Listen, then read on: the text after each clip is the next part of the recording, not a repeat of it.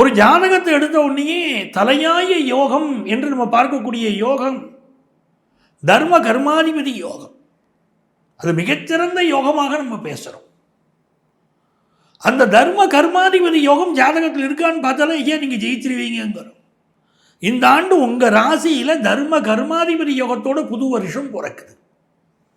இந்த தர்ம கர்மாதிபதி யோகம் யாருக்கு நன்மையை செய்யும்னா, நம்மோடு இருப்பவர்களுக்கு பெரிய உதவி செய்யும். யாருக்கு தர்ம கர்மாதிபதி யோகம் இருக்கிறதோ அவர்கள் குடும்பத்தை சேர்ந்தவர்கள் மிகப்பெரிய வளர்ச்சி அடைகிறார்கள். இவர்களால் அந்த குடும்பம் முன்னேறுது.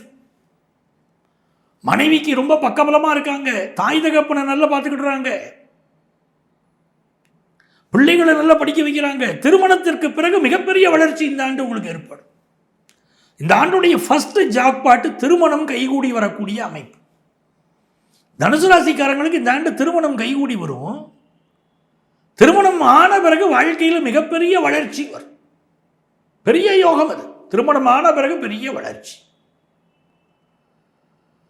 இரண்டாவது ஜாக்பாட் இடமாற்றத்திற்கு காத்திருக்க